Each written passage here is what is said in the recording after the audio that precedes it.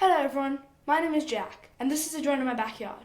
Today we're going to be talking about racing drones. I'm going to tell you my honest opinion about racing drones. So remember to like and subscribe and enjoy the video.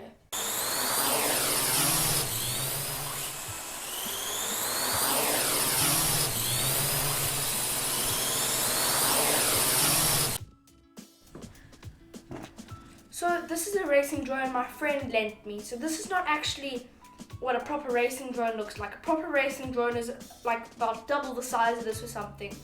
But this is a beginner racing drone, but like it's still not easy to fly. Racing drones, I find, my honest opinion, is they're super hard to fly and they're not a good beginner drone. My friend didn't got this by accident. He was looking for another drone and he thought this was it, and he got it, and it was like, he can't fly it. It's hard to fly it. So he came to me and I helped him a bit. But yeah, racing drone, it's hard to fly. I find it very hard. It goes very fast, and when you go forward too much, you do a forward flip because it's meant to be like a racing drone, and you do like back flips and stuff when you go over through like loops or whatever. That's what racing drones are for. They're not for photography. They're not for blogs or whatever. You can't take photos or videos in them. You usually use VR goggles actually to fly them. It's super hard. This one has a camera on it, and they're usually not such good quality cameras on racing drones. They're usually just a black and white like screen with not such good quality. Just that you need enough quality to be able to see enough. Like, it'd be a good frame rate, but it wouldn't be such good quality.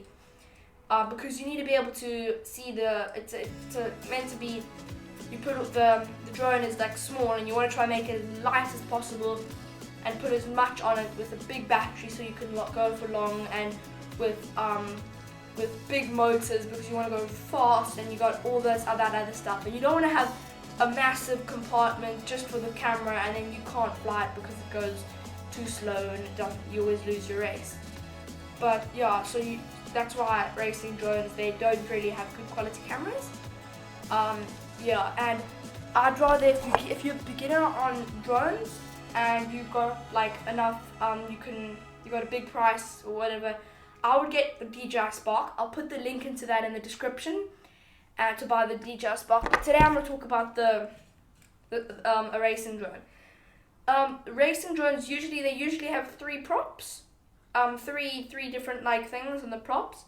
This one has 5. It's quite unusual. I've never really seen one. The DJI Spark, look, it has 2. It's got 2 here that fold out. But this one has 5. Weird. So the battery is here. This is quite a small battery. I think this would last about 10-15 minutes. I'm imagining. Yeah. So, and this is quite a small racing drone actually. Yeah, and it's got the remote control I've got here. This is the remote control. It's a big remote control, and yeah. But I'm just saying that my honest opinion is it's really hard to fly a racing drone, and I wouldn't recommend getting it for a beginner.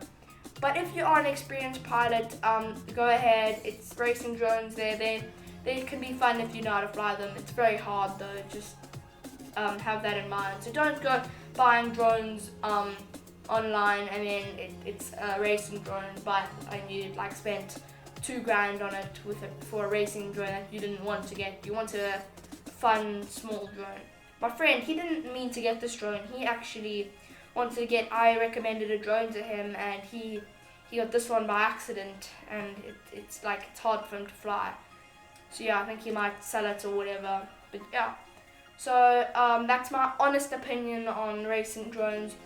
You can have a different opinion, but that's just my opinion. So just remember to like and subscribe, and if I hope you enjoyed the video.